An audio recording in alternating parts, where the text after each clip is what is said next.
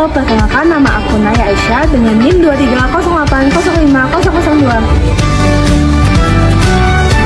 Hai, saya Agnes Terus dengan NIM 230805012. Halo, nama saya Nadia Rijul Matadin dengan NIM 230805022. Halo semuanya, nama saya Tasya Amelia Putri dengan NIM 230805019. Halo, perkenalkan nama saya Agnes Indonesia Berfilm dengan NIM 230805018. Halo semuanya, perkenalkan nama saya Heli Peminsari dengan 230805006. Halo, perkenalkan nama aku Cynthia Adalba Suhaan dengan NIM 230805013. Ada beberapa kasus mengenai makanan kadaluarsa. Jadi, tahukah kalian apa hubungannya pengukuran pertumbuhan mikroorganisme dengan makanan kadaluarsa? Mari kita bahas. Sebelum kita membahas kasus makanan kadaluarsa, alangkah baiknya kita mengetahui apa itu pengukuran pertumbuhan mikroorganisme. Pengukuran mikroorganisme adalah suatu proses untuk menentukan jumlah atau aktivitas mikroorganisme dalam suatu sampel. Hal ini sangat penting bagi mikrobiologi klinis, mikrobiologi pangan, dan mikrobiologi lingkungan. Pertumbuhan mikroorganisme adalah proses penambahan atau peningkatan sel mikroba dalam satu individu, bukan hanya saja peningkatan ukurannya ya. Dalam pertumbuhan mikroba, pembelahan selnya merupakan pembelahan biner. Waktu generasi adalah waktu yang dibutuhkan oleh sel untuk membelah diri menjadi dua. Dalam faktor pertumbuhan mikroorganisme, waktu generasi itu memiliki faktor-faktor, yaitu yang pertama suhu. Suhu adalah faktor yang paling ekstrim dalam pertumbuhan mikroorganisme. Suhu terbagi menjadi 3, yaitu ada psikofilik, suhu terendah yaitu 0 hingga 20 derajat Celcius. Yang kedua, terdapat mesofilik, yaitu suhu sedang antara 20 hingga 40 derajat Celcius. Yang terakhir ada termofilik, yaitu 50 hingga 60 derajat Celcius. Kelembapan berpengaruh dalam pertumbuhan mikroorganisme. Kelembapan tinggi dapat mempengaruhi pertumbuhannya, sedangkan kelembapan yang rendah dapat menghambat pertumbuhannya. Nah, faktor selanjutnya merupakan ketersediaan nutrisi, yang dimana ketersediaan nutrisi ini bergantung pada sumber nitrogen dan juga karbon. Dan juga ini akan berpengaruh pada pertumbuhan mikroorganisme, yang dimana akan bertumbuh dengan baik dari mikroorganisme yang bergantung pada materi, sel, dan juga DNA. Tekanan osmosis dapat mempengaruhi keseimbangan air dalam sel mikroba, di mana larutan hipertonik itu dapat membuat sel mikroba mengembang dan memecah, sedangkan larutan hipertonik dapat membuat plasmolisis. Kemudian ada faktor pH. pH lingkungan juga sangat penting untuk pertumbuhan mikroorganisme. Mikroorganisme membutuhkan pH yang optimal untuk bertumbuh. pH yang optimal dibagi menjadi 3, ada acidofilik, neutrofilik, sama alkalofilik.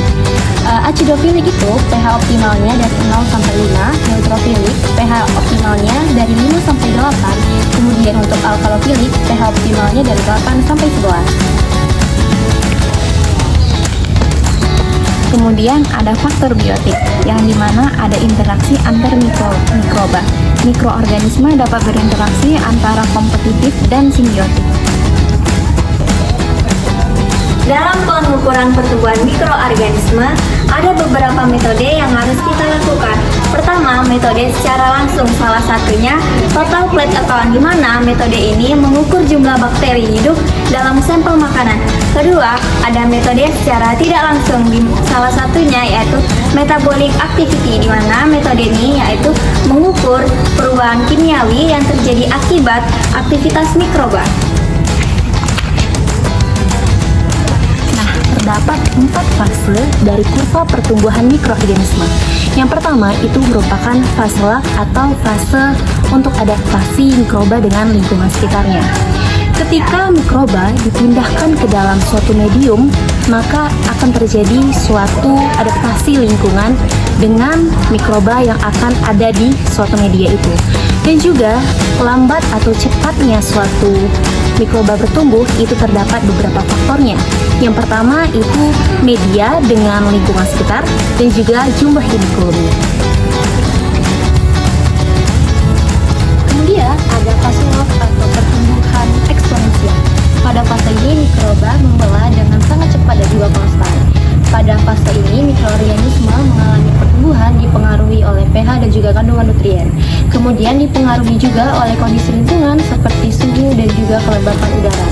Pada fase log ini, pertumbuhan mikroorganisme membutuhkan energi yang lebih besar daripada fase lainnya.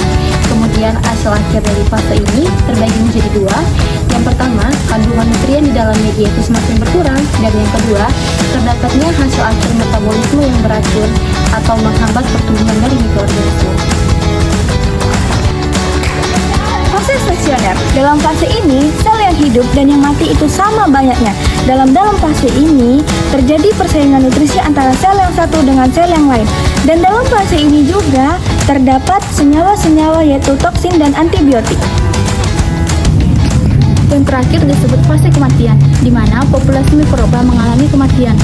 Populasi ini disebabkan karena nutrisi di dalam medium berkurang, sehingga dia tidak dapat mendukung pertumbuhan sel di dalam tubuhnya. Yang kedua, energi di dalam tubuhnya berkurang, sehingga tidak dapat melakukan aktivitas metabolisme. Makanan kadaluarsa merupakan makanan yang telah melewati dari tanggal produksi. Makanan ini juga telah menurun dan tidak lagi memberikan gizi yang baik dan optimal bagi tubuh. Makanan kadaluarsa juga berisiko tinggi memberikan kontaminasi mikroorganisme yang berbahaya bagi tubuh. Beberapa tips yang perlu kita lakukan. Pertama, periksa terlebih dahulu tanggal produksi di makanan yang ingin kita konsumsi. Kedua, simpanlah di suhu yang tepat untuk memperlambat pertumbuhan mikroorganisme. Ketiga, buanglah makanan yang telah melewati dari tanggal produksi supaya tidak mengkontaminasi makanan yang lainnya. Keempat, jagalah kebersihan sebelum mengkonsumsi makanan.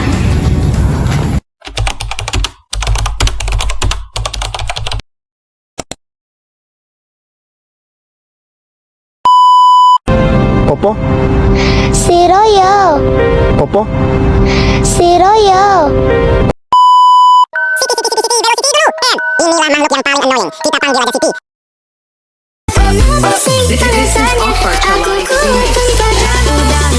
Tanya lagi, nama kau pun pulang dari hati. Aku move on, hidup sendiri. Tak perlu tahu, aku happy.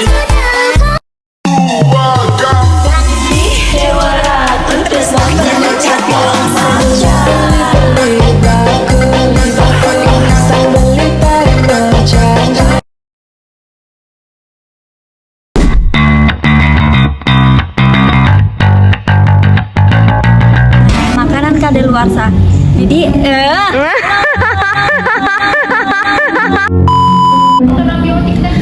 Pertumbuhan mikroorganisme adalah persoalan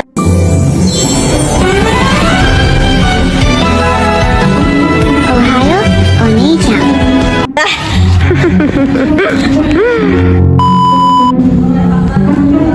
Pembentukan mikroorganisme adalah suatu proses lupa. Aku benci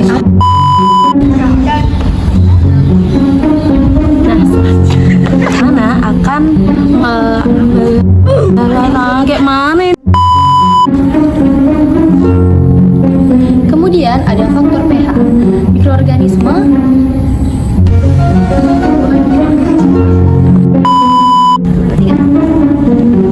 kemudian ada faktor mikroba. Salah. Maaf sekali lagi ya. Jujur walaupun aku tahu itu bukan kesalahan yang besar karena aku orangnya suci, polos, lugu.